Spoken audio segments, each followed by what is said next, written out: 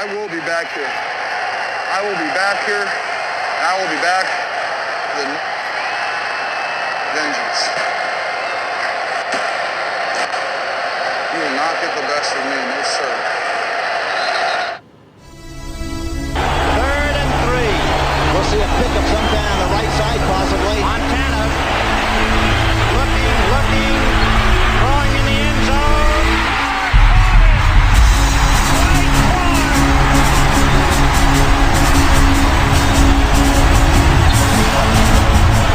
It's a madhouse at Candlestick. Think we're done? We're just getting started.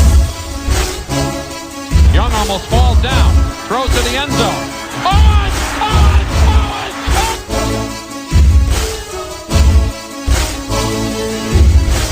It will change, and I'm not trying to tell you something.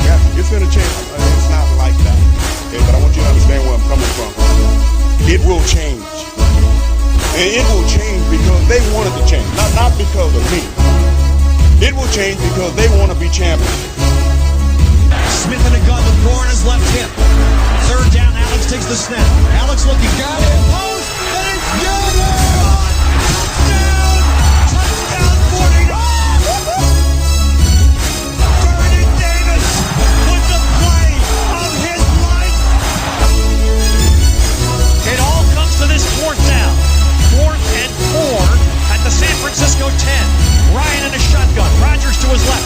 3 receivers right. Ryan takes the snap. Looking, pressure, throws middle. Broken up, fighting. Navarro Bowman. And the 49ers silence the house.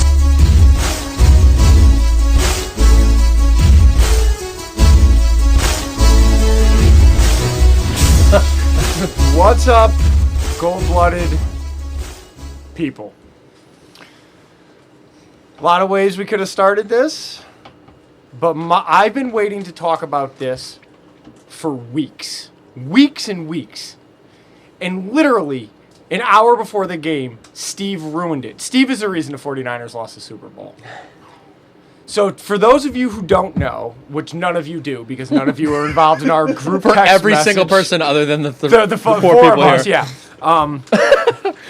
For years, we had a group text, and before every game, the 3 of us at least, Rob, Steve, and Joe, would always send either a GL or a good luck text for years. Different person would start it, not Right. always the same person. Always the same person.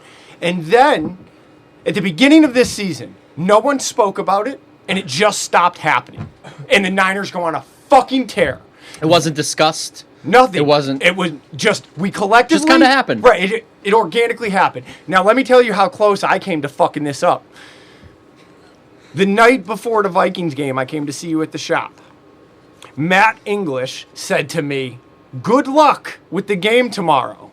And I was so close to turning to you and saying, "Good luck, pal."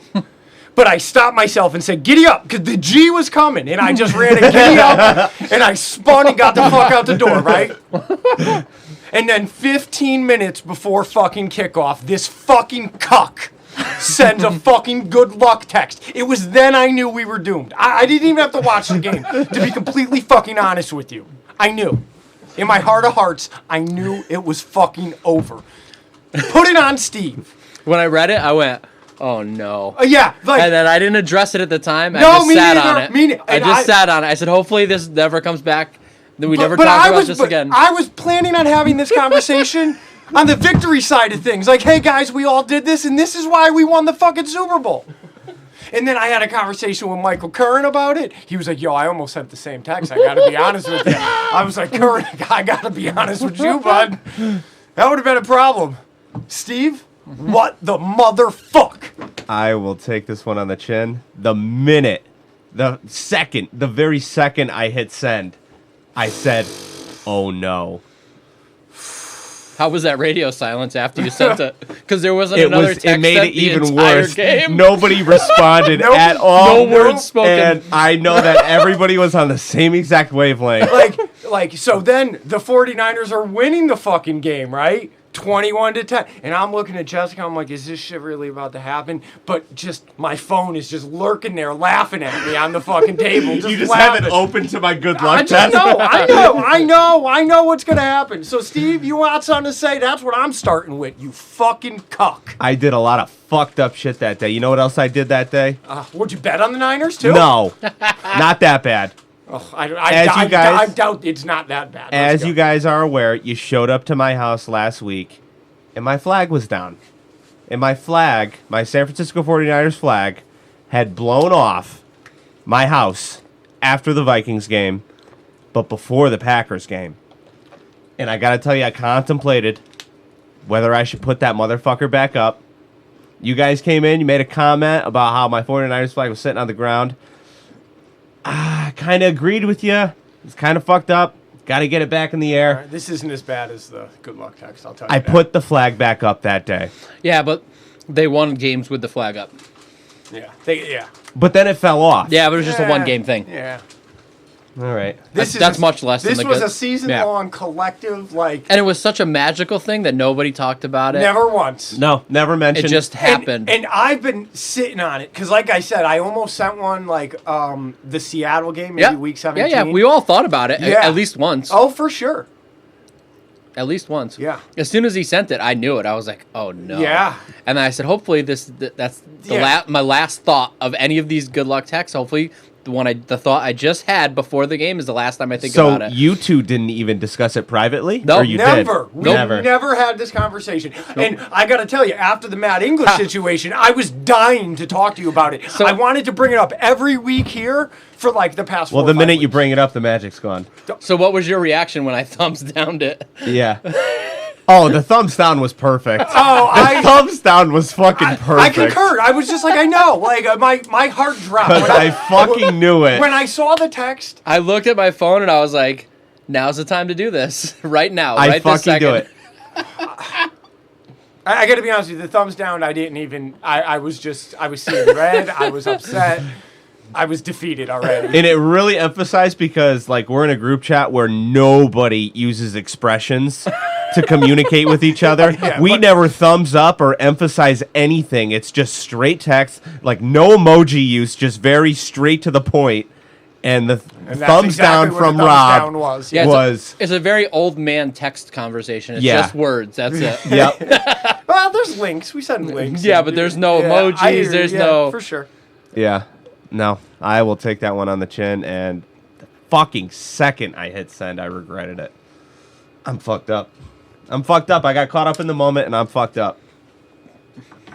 I mean, we could really beat the shit out of you right now. Let your emotions get the best of you. We could go down I the did. road, you know. It could be also that you quit the fucking podcast. Right. I mean, We could bring that. We could roast you on that, but you know what? We'll see. Maybe the emailers will do it, or maybe I'll go on. I mean, you two are going to talk to me about this game. I know you're not going to like my opinion on things, so we'll get there.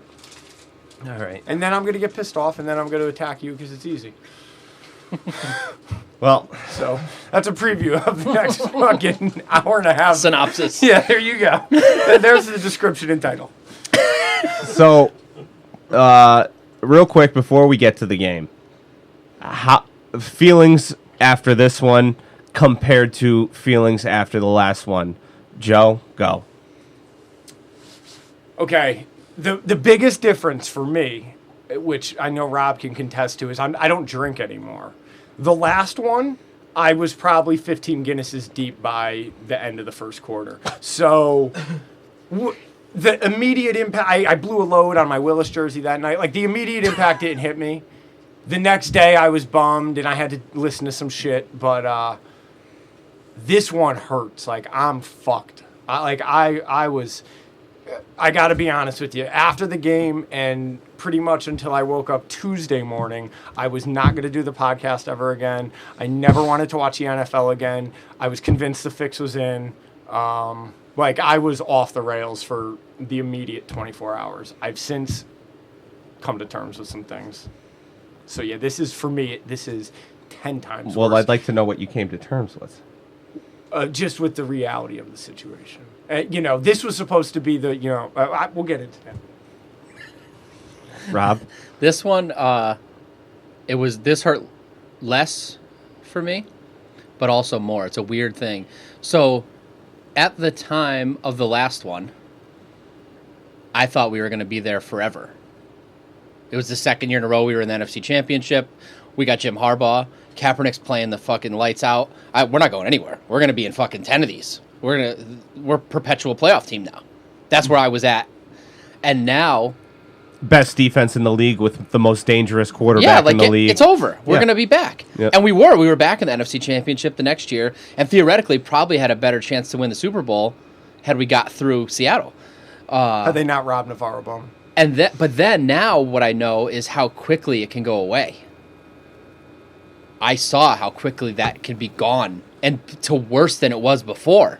So now it scares me way more, because now I'm like, that could have been it. Like, that we could go right back to where we were for all I know. I don't feel that's the case.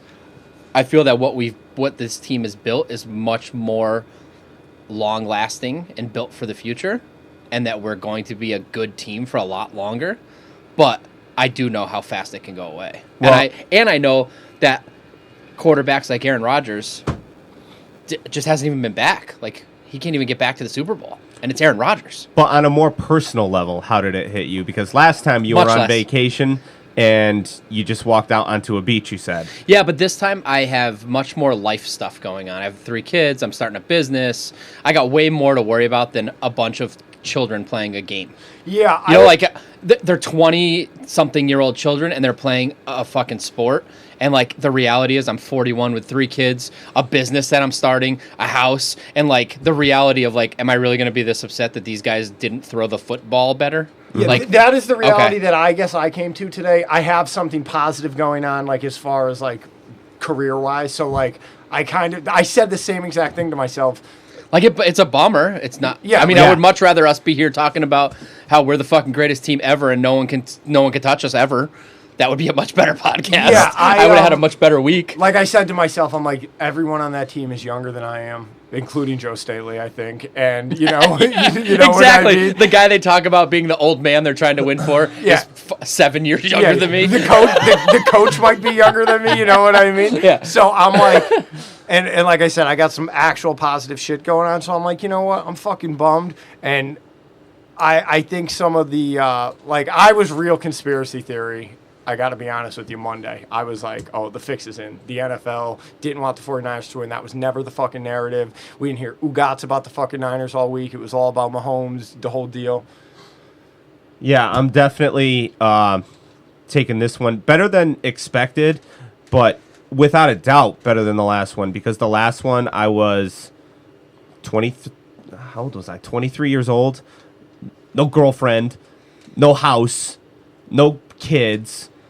All I had was a job I went to and came home, and then while I was home, 90% of the time, if I wasn't watching the 49ers, I was researching the 49ers. I was reading articles on the 49ers. Yeah. Like, they were all I fucking had. You know what I mean? Yeah. Like, as sad as that sounds. No. That was just all I had at that time. So when they lost last time to Baltimore, like, that one hit me pretty hard.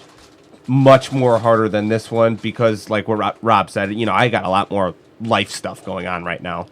But with that said, the reality of the situation, is Kyle Shanahan still the man? Oh, he's definitely still the man. Okay. You don't now. Hold on. Andy Reid took him 21 years to get that job done, right? That's rough. Okay. You don't maybe have a fear that Shanahan's headed down that same road?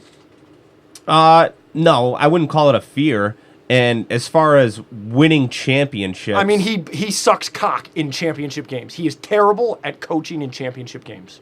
As far as winning championships, Yeah, he's not good at it. me and you differ on this. We've talked about this many times before. Winning a championship takes a hell of a lot more than having the right coach, than having the right quarterback, than having the right team. It also entails things going your way. And no? I mean, things need to go your way along with being a talented team, along with having the right quarterback, along with having the right head coach. All of that, it all ties together, and things need to bounce your way. And as a fan, I simply can't sit here and demand championships. The only thing that I wish for as a fan is to be extremely relevant. Like contenders. I want to be a contender every single year in the conversation. I want to be excited about my team in December, in January. That's really all I can ask for as a fan. Now, if we fucking do a Buffalo Bills and go to 4 straight and lose them all, I'll probably change my fucking tune there. But as of right now, based on how bad things had been beforehand, it sucks that we lost the Super Bowl, but all I want as a fan is to be excited about this team and be relevant, because irrelevance is literally the fucking worst. Oh, just like Rob said, back to, he said Aaron Rodgers, as good as he is, he still hasn't even gotten back there, I think that the difference here to me is who were the stars in 2012? Who were the top 5 stars in 2012? Willis, Kaepernick, Kaepernick, Bowman, Cowboy, Frank Gore. Vernon, Okay. That was 6. Yeah, I hear you. Who's the 5 now? Kittle, Bosa, Buckner, Sherman. and Jimmy. None of them are going anywhere. Yeah. Well, Maybe Sherman. Maybe Sherman. Right. And also, you could possibly replace Sherman with Debo in that game for 1,000 million times. Debo had a much bigger impact in the Super Bowl than Richard Sherman did. Oh, yeah. Richard Sherman got beat for a deep pass. Yeah. And Debo was by far our best player on offense. Yeah. So those guys are all under contract and not going anywhere anytime soon. Yeah. Whereas all those other guys last time were getting towards that point. Yeah, that's why it's They so were different. It was a much older the team. The future is way brighter here. Well, the longer window is. I ahead know of this us. is. Are we concerned about the salary cap because we're on 0. No. We're going to lose people because of the salary cap. Because we're 100%. We're on the lowest end in the league, like bottom 3 teams, I think. We're 100% going to lose people because of the salary cap, sure. but we're not going to lose our top 5 players. No. 0% chance. No, of that. and all of our top 5 players are all relatively young. Yeah. For the most part, and newly acquired draft picks that are still playing under their rookie deals. And there's still potential stars that haven't Yeah. even played it down. It's a very Jalen Hurd hasn't played it down. Trent Taylor didn't play it down this year. What's different about this team as opposed to the Harbaugh teams is the Harbaugh teams kicked everyone's ass, but they kicked everyone's ass with veterans. How many rookies came in during that time and made a serious impact, not named Alden Smith? You can list 5 of them now. Dre Greenlaw. Yeah, there wasn't a single one 100%. that came in and made a serious impact, whereas this team, it's all draft picks. I guess what it boils down to for me is, when the lights are the brightest, you got to have the killer instinct. And it was shown that a lot of guys on that team might not, coach included, might not have that killer instinct, that Kobe Bryant fucking mentality that takes to win championships. And that's a real fucking concern. You guys could fucking sugarcoat it and tell me how great the future's going to be. But when the lights were the brightest, they did not perform. And you cannot deny that. Look at the score. They won 2 playoff games by a combined 34 points. I can deny it because if Chris Jones doesn't knock that ball down, we're Super Bowl champions. One ball that the defender, who also the only reason he's there to knock the ball down is because the offensive line did a good job of not letting him through, is the only reason he's able to even knock the ball down. But Kittle catches that ball, and we're not even here. We're not even talking about it. You could replay that game 10 times, and the Niners could come out victorious 7 of them. And it just happened to be one of the days where it was sucks. one of the 3. I disagree, but okay. And I guess time will tell. So if Chris Jones doesn't knock that I ball have to down, we drink don't a win. glass of urine. Let's be for real here. If Chris Jones doesn't knock that ball down, we don't win the Super Bowl. How do you disagree with that? You just don't. You don't want to agree with it. You want to disagree with it. But the same argument could be made. Yeah, 100 plays for sure. You know what I mean? Oh, absolutely. That's every football game. I mean, we've always said the difference is one game. And but it is one game, and the job is to perform to the maximum potential for that one game and come home with the trophy. That's the job. That's what they're there to do. They failed at their job. For the last 7 minutes, for the first 53 minutes, they were up to the That's when it matters the most. Agreed. Yeah, I mean, it's just hindsight. It's not. It's not hindsight at all. I don't know. It is. I would have said hindsight. this before the game. It's a I wouldn't have said this That's statement. definitely a results-based opinion. Strictly results-based opinion. And that's fair. That is what it is. It's a win. It's a loss. It is what it is. I mean, I think what hurt me the most is that the Chiefs are not a better team. No. That's what Not killed even me. close. And Not only are they not a better team, they haven't even paid Mahomes yet. They're not a better team. I will say this. I do believe he's the best quarterback in the league. I do believe that on all things considered. And in fact, I think if you swap them, then we win the game 100 times out of 100. And I don't think it's a huge gap between him and Jimmy, but I think it is a definite gap. And I think it's a physical gap. I think he's the best quarterback in the entire NFL. And I don't think that's going to change anytime soon. Oh, you don't think Jackson can catch him? No, not a chance. In my opinion. My opinion, it's different skill set. He is the best passer I've ever seen, and he's great at getting to where he needs to be to pass. Like, if Jimmy could throw the ball as well as him, he'd still be better than Jimmy. Yes, because he's more mobile. Yeah, like and Lamar Jackson is going to win some probably more MVPs too, but it's because he runs like a running back. It's not because he's a great quarterback. Yeah, or he also could just get his head smashed in and concussed and never play again because the way he plays. But I still think we have a franchise quarterback. I still think we have a quarterback that will win a Super Bowl. I still think we're going to be the contenders. I think we're going to be in the playoffs much more than we're not going to be in the playoffs. I think this is built for a long-term thing. I think the future is way brighter than it was before Shanahan and Lynch. I mean, John Lynch has never been a GM before. Mm-hmm. That roster had, what did they say, 47 new players from when he took over? Six remain from Trent Baalke. In 3 years. Yeah. 47 have turned over, and we're in a Super Bowl after 3 years. Yeah. That's absurd. Like, that's got to be unheard of. Yeah. I mean, I assume he won Executive of the Year, right? Yeah. I mean, he had to. He had to. No, he did not. Who did? I'm pretty sure he did. Don't tell me it was the. I'm pretty positive he did. Was it that fucking dick from Baltimore? I thought it was. It wouldn't shock me. Would not shock me at all. If you give me his name, I could be wrong. What the fuck do I know? I thought they were saying that the Niners got robbed on pretty much everything except the Bosa deal. Yeah, but and even that one was like so undeniable. Like it wasn't even a close second. Like if they had not given Bosa Defensive Rookie of the Year, then I'm just gonna stop watching. John Lynch got it. He did. Yeah. Well, I don't know, by somebody. Somebody gave it to him. Who the there's fuck fucking knows? Pepsi that gives out their I just awards. Googled NFL Executive of the Year and went to the news tab, and the first three say 49ers GM John Lynch. Yeah, I don't even know which one is the legit one, but I will say this. I agree that the narrative all week was Patrick Mahomes. I agree that the NFL wants Patrick Mahomes to be the face of the NFL. They want Tom Brady to fade away, and Mahomes is the new one. It's great for business everywhere. He's biracial. He's a great role model for the kids. He's young. He's doing everything they want. Doesn't fuck dead hookers. Everything about him, right? That we know of. But I like that. All week I loved that. And I think this team needed that. I think that's good. We've always said I'd rather be the underdog. I'd rather everyone think we're going to lose. And I think the team needed that. I was okay with that.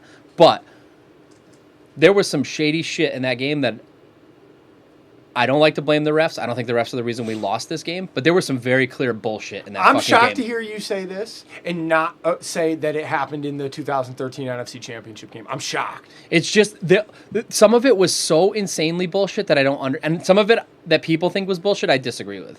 I think first of all, somebody texted me on the touchdown that was close. Yeah, that was a touchdown. I don't care if it was or not. I'd rather it be a touchdown. Yeah. If it's not, it's 1st and goal from the fucking quarter-inch line. Yeah. And it's just going to run more What clock about off. the Kittle pass interference? I would much rather that be called a touchdown than not. I want it to be a touchdown. I want to get on. I want the ball back. Let's go. I'm totally fine with that one. The Kittle pass interference? Hold on. I want to go to the ones I don't agree with. The Jimmy hit out of bounds.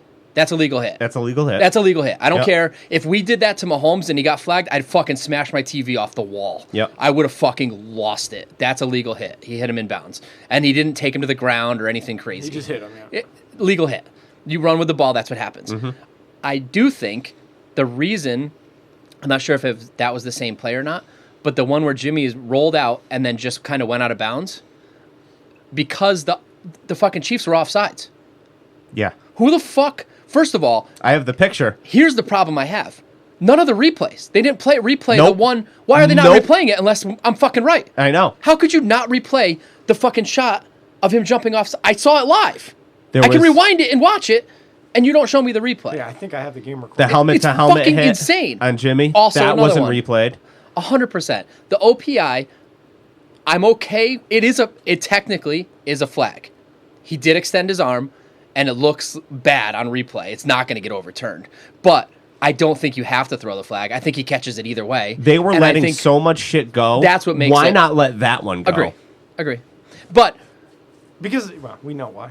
But even still, that's the first. We're still tied. We still end up going up bigger after that. Yeah. So I don't think that. But that offside, that blew my mind. I don't know how you don't call that. I don't understand that. I don't know how you don't call holding at least once throughout the entire game.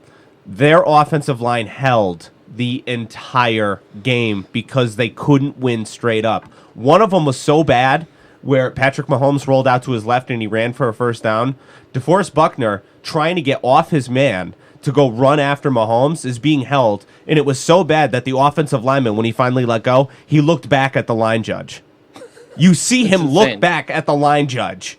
And again, I don't think that's why we lost the game. I honestly think that the offensive line stopping Chris Jones and allowing, which caused him to jump up and knock that, like, I really think that's the play. Like, that's it. It's over. Yeah.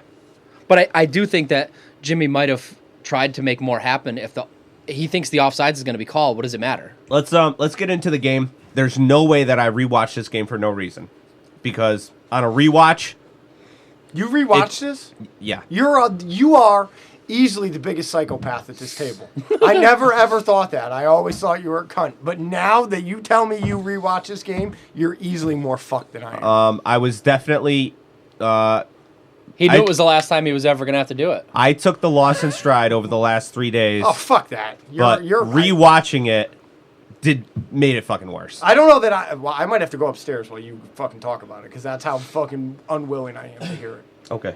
Well, off the top, we'll do 2 episodes every week, and we recap the game every week. That's what we do. One more thing. I don't want to forget it when we get to it. Yeah. Also, credit goes to Andy Reid and some of the plays that they called, because 3rd and 15, and Patrick Mahomes takes the ball out of a shotgun and then drops back 400 steps. I mean, he ran to the other end zone and then threw a deep pass to Tyreek Hill. Yep. That is Andy Reid saying, they're going to get to you, take it out of shotgun, and then also drop back even further. That's all Andy Reid. Yeah. And that's knowing that we're going to get to him. Did you see Nick Bosa on that play? I'm sure I did, but I don't remember. He was held. Of He would have gotten there. Of course he was. He would have gotten there. All right, offense off the top.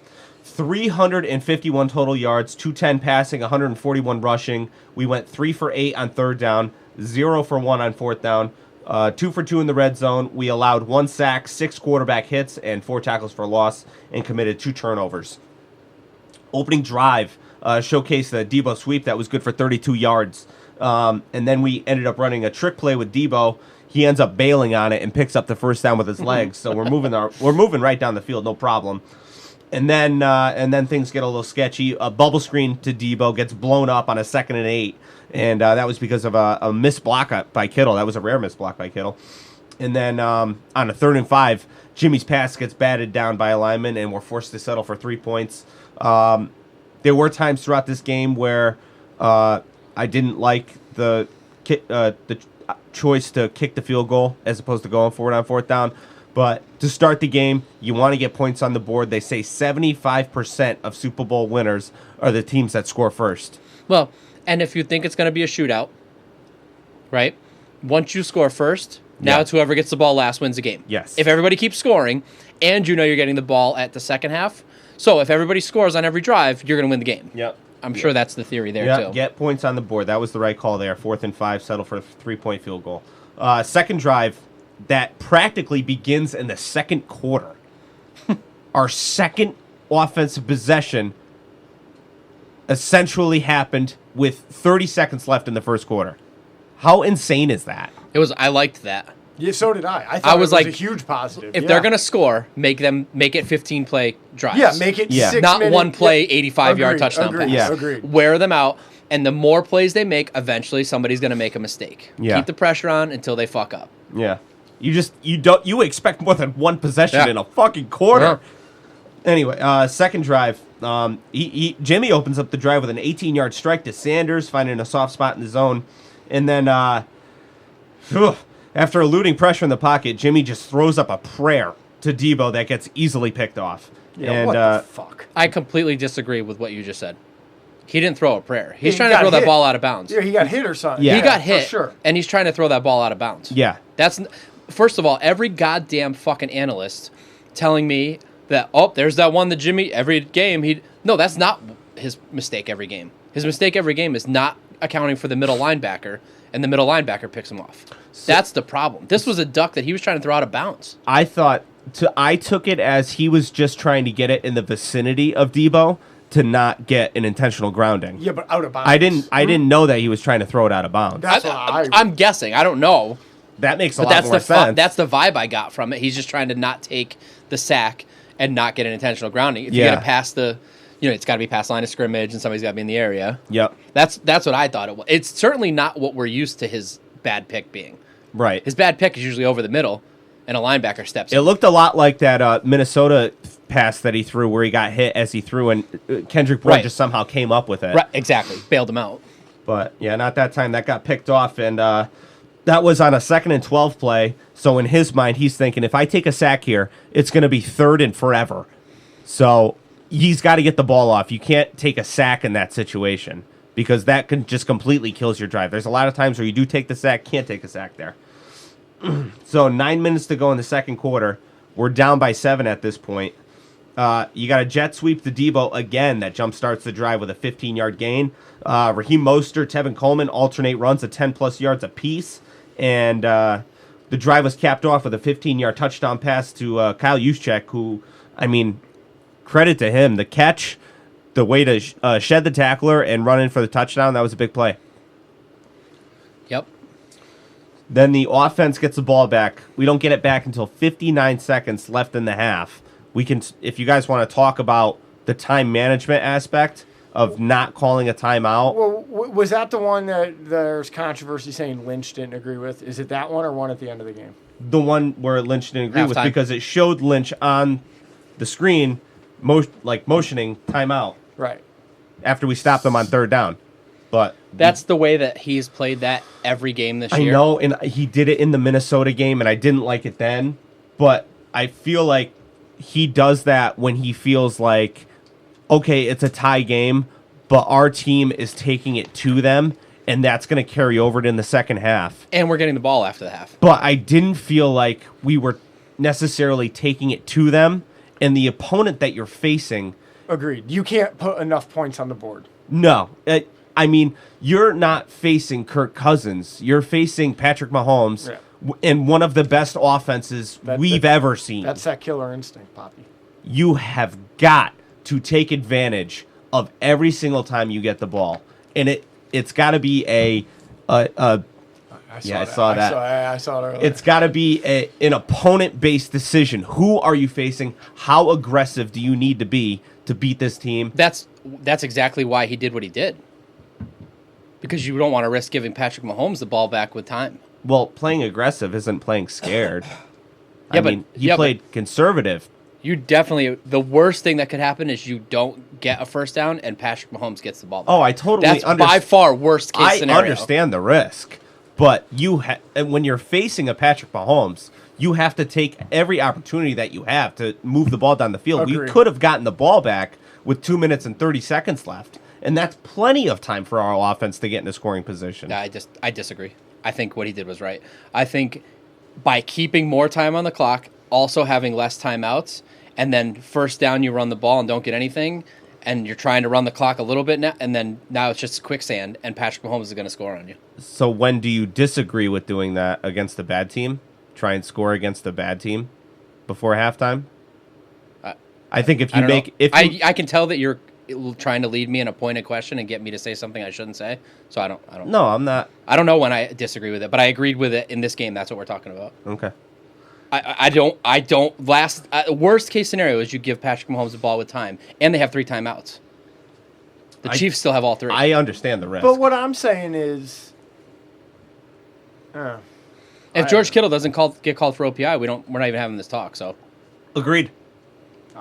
that was my biggest complaint about the game was that one call. I just think it was ticky-tack and it wasn't called the other way. Yeah, if they had called it all game, that's one thing. But Right. they didn't call on either team the whole Right. game. Just one- That was it was very strange. Come on. I will say one thing that Of course, it's on a white guy.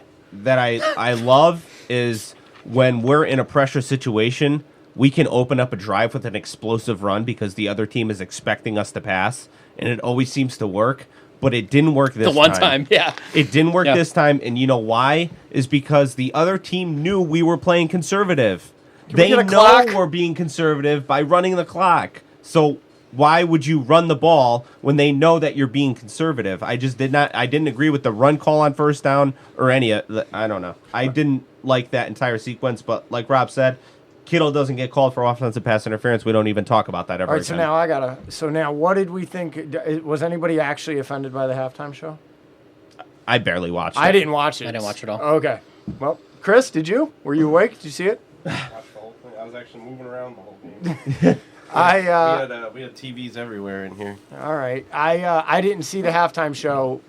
I was just such a nervous wreck, and I'm a cunt, and Shakira has always been one of my favorite recording artists, and I figured I would sit and watch it, but no, I was in the fucking kitchen with the rig pacing. All right, so we get the ball after the half. Man, we could have fucking doubled up on them.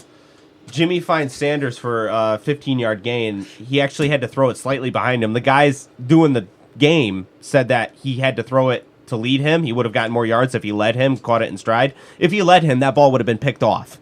I watched it. He had to throw it behind him to get past the linebackers in space. That was a great throw by Jimmy. And then there was another Debo sweep around the edge that goes for 15 yards. 3rd and 5, Jimmy throws a 3-yard pass to Coleman and didn't throw to a wide open Kittle that was crossing over the middle. That was a big missed opportunity right there. That's game 2. Yeah, that was opening drive second half though. That's not the one I'm thinking of then. Yeah, no, there were a couple of those. This is one, and then 4th and 2 on the 24. This is where I disagree. Shanahan elects to kick the field goal. You got to go for that one. Andy Reid's going for him. He's converting them. It's not like you don't have an offense. You've been running the ball effectively the entire playoffs. It's 2 yards. Get creative. Do something. It's the 24-yard line. You don't convert, they have the ball at their own 24-yard line. It's not the end of the world. Yeah, I would have liked to go for that. And then later on, after Warner's interception, Jimmy finds, on that drive, Jimmy finds Debo on a action play for 15 yards. And that's when you feel the big momentum swing here going towards San Francisco. 3rd and 8. City, you mean? No, for us. Oh, okay. The momentum had swung to us after that Warner interception, and then Jimmy finding Debo on a play for 15 yards to start that drive. Yeah, I was feeling good. 3rd and 8, Jimmy finds Kendrick Bourne for a huge 28-yard gain. And then the next play, the pass that goes to Juszczyk gets us down to the 1-inch line. And Mostert punches it in for a score of 20-10. Feeling pretty good. Feeling great, baby. Then later on, after the Tavarius Moore interception. When he picked that ball off, we're Super Bowl champions in my brain. I know. When he picked that ball off, I went, good fucking night. When does Patrick Mahomes throw 2 picks back-to-back drives? Yeah. I bet you it's never happened in the NFL. It hasn't. The fucking guy throws 2 back-to-back picks in the Super Bowl, and the way the defense is playing, game over. It's over. It's fucking over. So, That you know what? I think that's why the difference between last time. Last time we were coming from behind, so it's this climb and climbing back into it. Where this time it was just white knuckle holding on to a lead. Yeah. That I never feel comfortable holding on to a lead. I always feel comfortable coming back. I don't know why, and doesn't always work because we had a point in this game where we had to come back. Yep. But something about that is it's more comfortable in my world. I don't know what it is. I would say the 2 Super Bowls that we've lost are the 2 most painful ways you can lose a Super Bowl. Like, literally, the first one. The biggest comeback, and then that close. You have all the momentum. You're orchestrating this miraculous comeback and to fall short. And then the second one, you have a 10-point lead with a dominant defense, and you can't hold on to it. Did both of you listen to the Frank Gore Radio Road interview? Before the game? Yeah. Yeah. When they said you were down to the 5-yard line, and no hesitation, he goes, 4. Yeah. No, it was so fast that you know that he's thought about it every day since then. No question. Every single, it was so quick. They went, you guys were all the way down to the 5-yard. He goes, 4. It was so monotone and quick. I was like, whoa. And they said something about not giving him the ball. And he was I back my coaches. I back G-Row. He said the right thing, but yeah. you know he didn't think that. So after the Tavares Moore interception, offense takes over, and after picking up a first down on Kittle's scooping catch, nice catch by Kittle, we get into a 3rd and 9. That becomes a 3rd and 14 with a false start by Staley. And then Garoppolo on 3rd and 14 can't find anyone downfield and runs to the sideline where he gets pushed, and people wanted to make a big deal out of it, even though it was a legal hit. But that was a blatant offsides call, offsides missed call on Kansas City, as we already discussed. So here we go. 6 minutes remaining. We're now only up by 3 at our own 20-yard line. 2nd and 5. Chris Jones bats down the ball that was headed towards a wide-open Kittle. Wide open. I don't know how far he would have ran. I don't know how many people he would have ran over Steve. On the way. He'd still be running. Very frustrating. 3rd and 5. Garoppolo once again has a wide-open Kittle, and he airmails it to nobody. Nobody is over where he threw that ball. Brutal. 2 minutes and 40 seconds remaining. Now we're down by 4 at this point. This is fucking torture. Down by 4 at our own 15-yard line. You got a first down run by Mostert. Love that call. Love that first down run when the other team thinks that we're desperate. Keeps them honest. Because it now keeps them honest. The run. And it always goes for 10-plus yards every single fucking time. Love that opens call. up the play action. 2nd and 7. Jimmy finds Bourne again. Big moment. Big first down. And then Shanahan is watching the clock though. Yeah. Because if we score, you don't want to leave him too much time. Especially if we score 7, we go up by 3. They only need a field goal to tie it. Yep. We're trying to run that clock to 0 and win this game. Next play, Jimmy's ball gets batted down again. This time it was heading towards a wide open Debo who shook his man down to his knees on a stick route. I don't know how far he would have ran after the catch, but that would have been something. Next pass, that almost gets picked off by a lurking safety. Bad decision there. And the next pass after that is the one that will get talked about forever. Emmanuel Sanders beats the safety, and Jimmy just flat out overthrows him. Yeah, I would love to know how many times and how successful that play was in practice. How did they connect on that in practice? Was it fucking perfect every single time? Or is it something that they just haven't pulled out in, weeks or months or something? You know what I mean? Yeah. And then 4th and 10, the rush comes in just way too fast, and Jimmy can barely get the ball off. He gets fucking pummeled. Brutal. That's what I got on the offense. Okay. Head on over to the defense. 397 total yards allowed, 268 passing, 129 rushing. We allowed 6 of 14 on 3rd down, 2 for 3 on 4th down, 3 for 4 in the red zone. We had 4 sacks, 8 quarterback hits, 4 tackles for loss, and we forced 2 turnovers. Starting out hot. Defense starts out by forcing a 3 and out immediately. Bosa making his presence known early. He gets his hands up on a tip pass. I knew it was going to be a long day for Eric Fisher. Immediately. Second drive, defense, they do a good job of forcing Mahomes to go down to his checkdowns. You could tell he's looking downfield. He's got nothing. He's going down to his checkdowns, which you don't see him do typically. So we're definitely trying to eliminate the big plays, which was the name of the game. Just stop the big play. But he's getting his checkdowns, and they're getting first downs. They move all the way down the field. Jimmy Ward gets a hit on Mahomes, and the ball comes out and goes backwards. So even though Mahomes was across the first down marker. Yeah, that was big at the time, yeah. Jimmy Ward lays a lick on him, forces a fumble. The ball goes backwards, 4th and 1. Andy Reid goes for 4th and 1 inside the 10-yard line. Successful. They score 7 a few plays later with a quarterback option run. It seems like Andy Reid finally learned not to leave it all, or to leave it all on the fucking field. Yeah. Maybe Kyle should take some notes. First play off of Jimmy's interception, the first one, a defense that got literally 0 breaks. Literally 0 breaks. Jimmy had like 2 plays and he turned it over. They end up giving up a deep pass to Watkins down the sideline. 3rd and 4 later on, Emmanuel Mosley, he ends up making a first down saving tackle, stopping Watkins just short. 4th and 1, Andy Reid goes for it. Another quarterback option play. and they convert.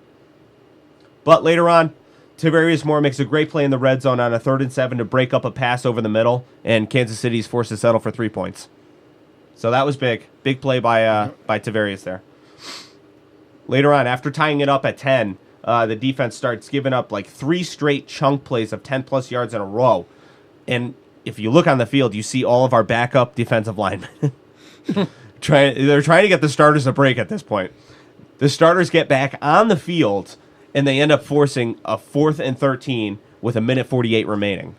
So I was a little off earlier when I said 2:30. It was 1:48 remaining when we stopped them to force a 4th and 13. We could have called timeout there. Moving on, after halftime, there's 6 minutes and 10 seconds remaining in the third quarter. Bosa swats out a ball from Mahomes. He ends up getting the rush on him, knocks the ball out. Mahomes falls on it, though. Next play, 3rd and 12. Mahomes throws it right to Fred Warner for an interception. Oh, thank God. When the fumble happened and they got it back, I was so heartbroken. Right? So heartbroken. Did everything right. Yep. And it just bounced the wrong way. I was so sad. And then Freddie picks off the next play. That's karma. That ball was meant to be our ball. Yep. And that's the world making it right. Nothing is right in the world. So momentum had clearly swung in our favor at this time. The third quarter's coming to an end. We have everything going exactly the way you want it to go. You're holding Patrick Mahomes to 10 points, while your offense has put up at that point, respectable 20 points. Defense, they get Mahomes in a 3rd and 5, and the pass rush is fucking coming hot. But Eric Armstead, he breaks contain of the pocket. He doesn't hold the edge, and Mahomes is able to run around the edge for a first down. That was fucking brutal. After that, Kansas City moves their way right down the field, almost effortlessly, until he throws another interception to Tavarius Moore off of a deflection. That's when I started celebrating, Steve. That's when you start celebrating. Oh, I didn't start. I thought that was the fucking Oh, game. no, I kept my business face on still. Yeah. I knew who we were facing. Yeah, I did too. I thought for sure that was the game. 9 minutes left in the game. We're up 20-10. Kansas City ball at their own 17. 2nd and 7. Mahomes gets flushed out of the pocket and runs for an easy first down. This is where Buckner gets held so badly that the offensive lineman looks at the judge. No flag. Kyle Shanahan challenges the Tyreek Hill catch, and he wins. That was huge. That was very big. Or so we thought. So now it's 3rd and 15. A blown assignment by Emmanuel Mosley is what gives up the 44-yard touchdown bomb to Tyreek Hill. And not only the blown assignment by Emmanuel Mosley, it was the no call on the blatant hold of Nick Bosa, who would have fucking destroyed Patrick Mahomes before he got that ball off. Yep. I watched that play like 10 times. I was like, Bosa is 110% smashing him if he doesn't get held right there. T.O. says the NFL should be ashamed by the Kittle pass interference. That kid took some hits. Yeah. Mahomes. Yeah. He took some shots. Yeah, he did. He was a baby about him too, but fuck him. What finished that drive off was the Tavarius Moore pass interference call at the goal line on Kelsey, where he didn't turn his head around and he kind of bumped into him before the ball got there. I thought that even though it technically a penalty, but at this point you're letting guys play so much. I think that one was more a penalty than Kittle's. It was, yeah, definitely a penalty, no doubt. But they end up scoring a touchdown on the next play. Now later on, the defense trots back out there with literally zero rest again. Now only up by 3 points. No rest was given from this drive, from their last drive. Watkins, he burned Sherman down the sideline for a big gain. And then a few plays later, they end up scoring another touchdown by Damian Williams to take the lead 24-20. And later on in the game, they give up another touchdown to Damian Williams, 44-yard rush or something to ice the game. I was already in bed. Yeah, that was I don't even really count that play. Had the offense done their job, that last touchdown, like 31-10, like that wouldn't have happened. Had the offense done their job, Damian Williams isn't rushing for a 44-yard touchdown. I'm telling you that right now. So like 31-20 was the score of the game. That was not even close to indicative of how close of a game this was.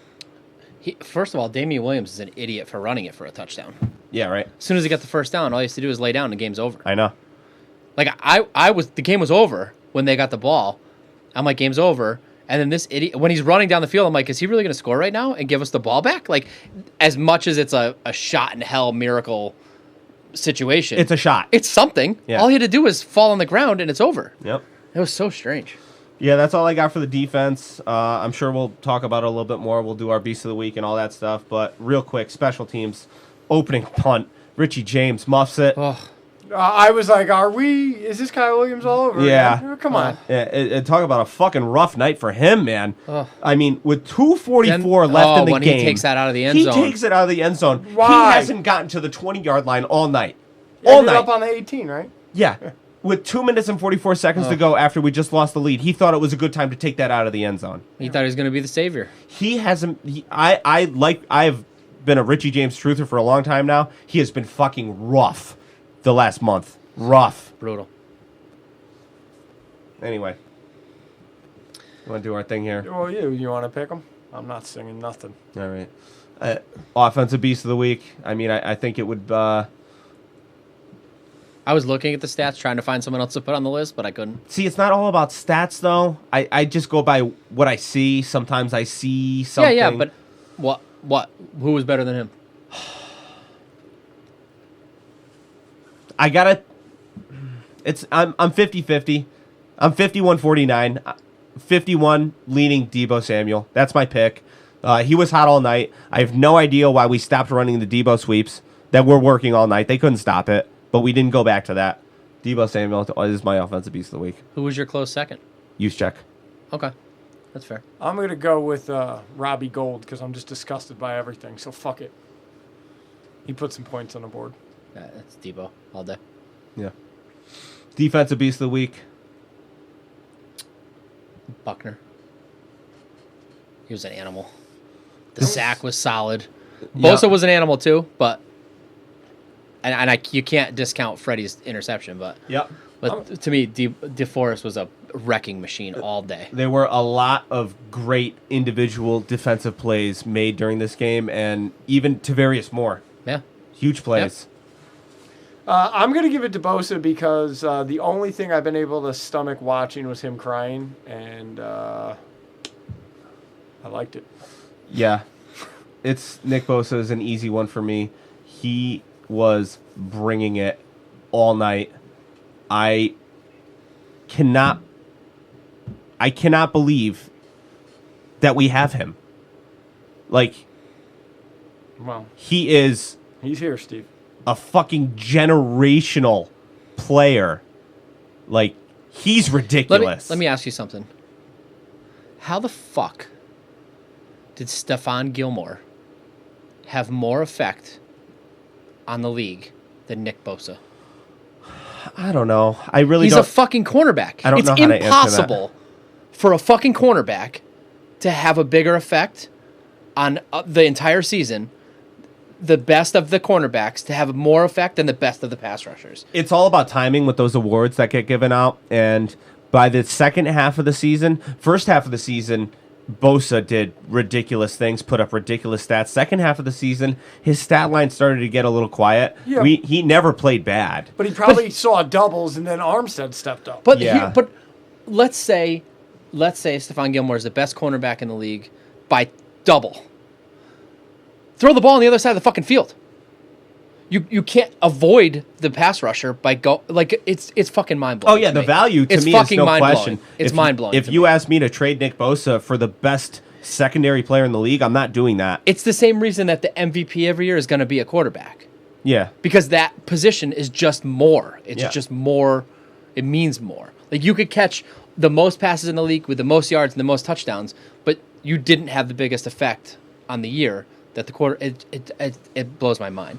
Did you listen to, I don't know if anybody heard this, but Tim Ryan was on after the loss. There hasn't been a lot of people on after the loss. Yeah. And he said, he put it perfectly. He said, I knew it wasn't going to be the 49ers week when Ryan Tannehill was named comeback player of the year. And then he goes, what did he come back from? Miami? Yeah.